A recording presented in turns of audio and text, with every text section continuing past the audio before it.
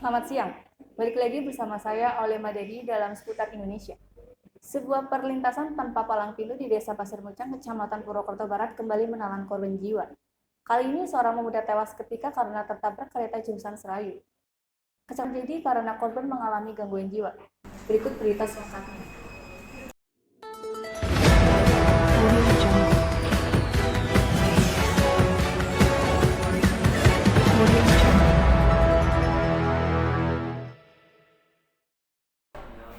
Baru-baru ini berembus isu tentang adanya pajak untuk sembako yang menuai banyak polemik bagi semua kalangan, terutama bagi para pedagang.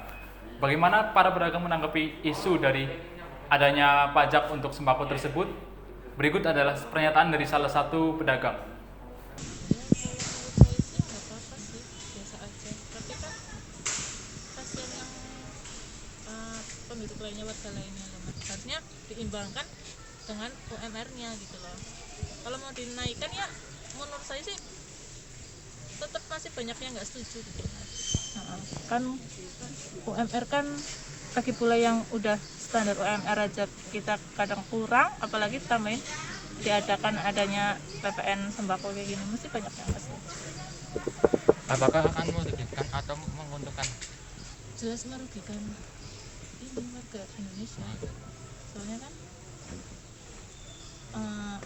udah lagi ada pandemi seperti ini, banyak yang dirumahkan, terus UMR-nya setiap kota nggak ada kenaikan, terus ketambahan ada PPN kayak gini, jelas banyak yang dirugikan.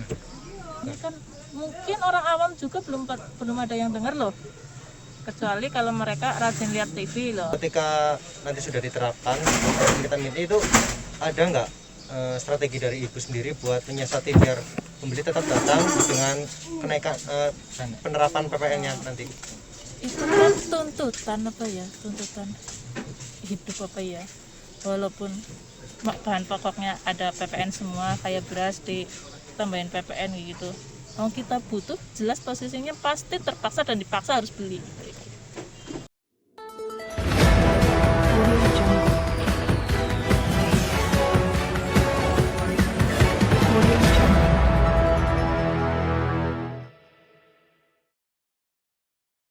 Pembubaran pedagang kaki lima di alun-alun Purwokerto viral di media sosial. Pembubaran dilakukan dengan penyemprotan cairan desinfektan ke gerobak-gerobak pedagang kaki lima. Hal tersebut dilakukan satuan gabungan dikarenakan sudah bertahun-tahun diingatkan namun mereka tak kunjung pindah. Inilah kondisi Jalan Jenderal Sudirman yang sempat viral di media sosial akibat penggusuran paksa pedagang kaki lima yang dilakukan oleh Satuan Polisi Pamong Praja dengan cara penyemprotan desinfektan.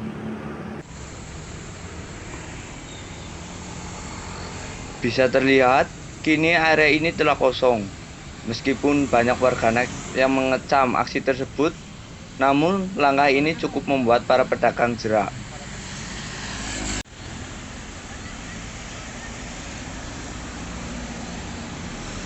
Sebenarnya katanya udah pernah dihimbau supaya jangan jalan-jalan. Cuman kan kita sebagai driver lah di sini ya, kan kita nggak tahu pastinya kenapa. Cuman terlanjur viral yang disemprot pakai air begitu. Kebanyakan di media pun di kayak di TV itu kan banyak orang pada protes kan, menyalahkan lah sikap arogansinya satpol pp tersebut sama kepolisian. Setahu saya dia nggak efektif lah, orang namanya juga PKL kan tetap masih butuh jualan juga kan, mereka pasti nyari tempat lain buat jualan. Dari Jalan Jenderal Sudirman Purwokerto, Mukti Aditya melaporkan. Baik pemirsa, demikian informasi tersebut kami sampaikan. Saya, Oleh Madani, mewakili kru yang bertugas pamit undur diri. Selamat siang dan sampai jumpa.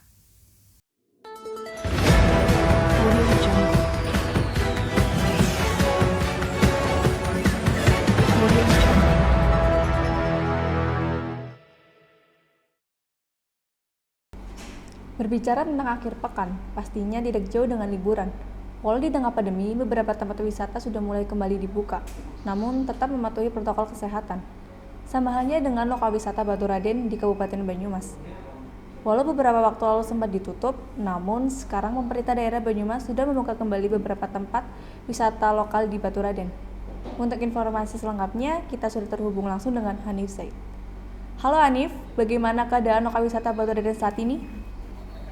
Baik, Aulia Madani di studio. Seperti inilah situasi lokal wisata Baturaden yang ada di Kabupaten Banyumas. Seperti yang kita ketahui, walaupun di tengah pandemi seperti ini, beberapa tempat, khususnya tempat wisata, sekarang sudah mulai boleh dibuka dan beroperasi. Ditambah juga pemerintah daerah sudah membolehkan adanya pembukaan kembali lokal wisata atau tempat-tempat umum yang biasa kita kunjungi, seperti tempat wisata yang ada saat ini yaitu lokal wisata Baturaden. Ditambah lagi sekarang menjelang akhir pekan banyak sekali warga masyarakat yang sudah mulai berdatangan untuk liburan, seperti liburan dengan keluarga atau dengan teman-teman dan sahabat, seperti itu. Kemudian sempat kita juga wawancarai beberapa petugas yang ada bekerja di sini. Mereka mengakui bahwa walaupun sudah dibukanya tempat wisata Baturaden, namun protokol kesehatan mereka tidak mengindahkan, seperti pengurangan kapasitas yang awalnya dari 100% hingga menjadi 30%. Kemudian disediakannya tempat cuci tangan dan hand sanitizer. Selain itu juga pemberian sekat atau jaga jarak untuk tempat duduk dan meja. Kemudian selain itu juga pengunjung diwajibkan memakai masker agar mencegah penularan COVID-19. Kembali ke studio.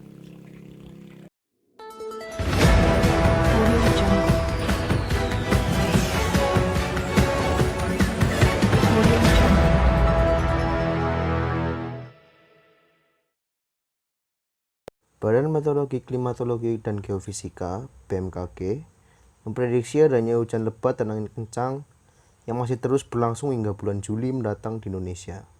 Kondisi ini terjadi karena adanya musim pancaroba atau musim peralihan dari musim hujan ke musim kemarau. Dalam beberapa hari ke depan, BMKG memprediksi adanya hujan lebat terutama di daerah Sumatera Selatan, Bengkulu, Lampung, Kalimantan Utara, Kalimantan Timur, hingga Papua. Sedangkan Jawa bagian barat, Sulawesi Tengah, Sulawesi Tenggara diprediksi akan mengalami potensi hujan dengan intensitas ringan hingga sedang, terutama pada waktu sore hingga malam hari. Hal ini terjadi karena adanya peralihan musim dari musim hujan ke musim kemarau. Sementara untuk di DKI Jakarta, BMKG memprediksi adanya peningkatan curah hujan yang tinggi di daerah selatan, timur, pusat terutama menjelang sore hingga malam. Masyarakat juga diimbau untuk mewaspadai potensi angin kencang yang terjadi di bagian Jakarta Selatan.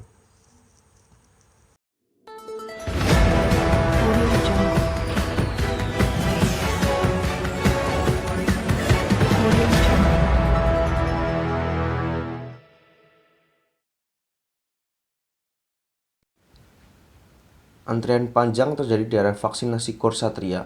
Sentra vaksinasi bersama para relawan hanya menerima vaksinasi COVID-19 bagi warga yang lanjut usia dengan kriteria usia 59 tahun ke atas. Vaksinasi ini dilakukan dengan sangat ketat menggunakan protokol kesehatan, dan pemberian vaksin ini akan dilaksanakan dengan jangka waktu hingga 4 bulan mendatang.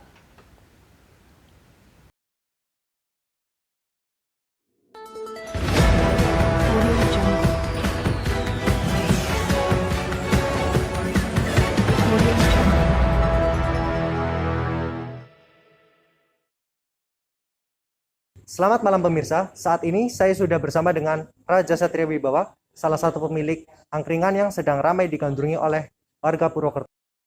Baik Mas, boleh dijelaskan kenapa angkringan Inkana ini mengusung konsep angkringan yang bernuansa coffee shop? Oke, angkringan Inkana ini merupakan angkringan yang bernuansa coffee shop karena dilihat dari akhir-akhir ini para kalangan anak muda itu lebih cenderung mengunjungi coffee shop yang tentunya harus mengeluarkan banyak uang. Padahal jika dilihat secara keseluruhan untuk pendapatan di era pandemi seperti ini, pendapatan itu menurun. Nah, oleh karena itu kami membuat inovasi baru yaitu angkringan dengan tema coffee shop agar mereka dapat mengeluarkan uang yang seminim mungkin dengan tempat atau kenyamanan yang tentunya enak juga buat nongkrong. Oh begitu ya. Lalu sekarang kan sedang masa pandemi ya Mas. Itu bagaimana strategi Mas Raja dalam menyiasati agar bisnis tetap lancar namun tidak mengindahkan protokol kesehatan. Oke, untuk mengikuti protokol kesehatan, kami untuk para pelayan di sini menggunakan masker dan juga kami menyediakan tempat cuci tangan baik untuk pelayan maupun untuk pengunjung. Kemudian di angkringan Incana ini tempatnya cukup luas sehingga kami menata atau menyeting tempat agar sesuai dengan protokol kesehatan. Oh baik. Yang dari kita tahu kan angkringan ini berlokasi di dalam perumahan. Kenapa nggak sekaligus berlokasi di pinggir jalan? Karena itu tentu strategis dengan para pengunjung yang ingin datang ke angkringan Incana itu. Oke, benar sekali. Angkringan Incana ini bertepatan perumahan Dimas Permai, yaitu sebelum Universitas Jenderal Sudirman. Kami mengusung angkringan di dalam perumahan karena pengalaman pribadi saya sendiri ketika kita berada di angkringan yang di pinggir jalan, ketika ngobrol yaitu terganggu pertama suara kendaraan motor, bising kendaraan motor. Nah juga kadang juga ada asap-asap motor yang mengganggu, jadi sesak dan sebagainya. Oleh karena itu kami membuat angkringan di dalam perumahan. Terlebih juga kita juga menyasar kepada anak-anak kampus dan juga kalau di perumahan, warga perumahan pun ikut masuk dalam sasaran target kita.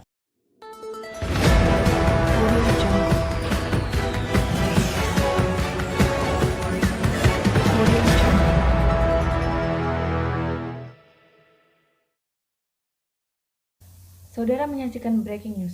Terjadi pencurian di sebuah rumah di kawasan Permata Hijau, Purwokerto Utara. Dan kita sudah terhubung langsung dengan rekan kami Jonathan untuk melihat situasi langsung dan terkini di lokasi. Ya, Jonathan, bagaimana situasi terkini di kawasan Permata Hijau? Baik Lala, sekarang saya sedang berada di tempat di samping kediaman rumah yang dirampok. Sampai saat ini dari pihak kepolisian masih berupaya mengusut siapa pelaku perampokan tersebut. Dan bisa saya lihat di sini, Lala, polisi sudah memasang garis polisi untuk menjaga agar warga tidak memasuki area TKP. Perlu diketahui juga, memang pemilik rumah ini adalah Bapak Irawan yang seorang pemilik perusahaan ternama di Purwokerto. Dari data yang saya dapat, ada beberapa barang yang berhasil dibawa kabur seperti emas kuliah, alat elektronik, dan sejumlah uang.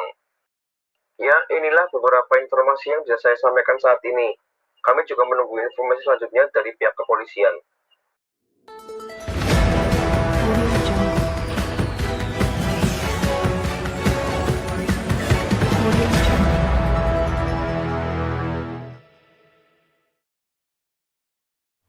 Ya pemirsa, di hari libur akhir pekan menjadi salah satu destinasi favorit keluarga, yakni tempat lokal wisata yang bisa memanjakan mata Anda dengan pesona keindahan alam.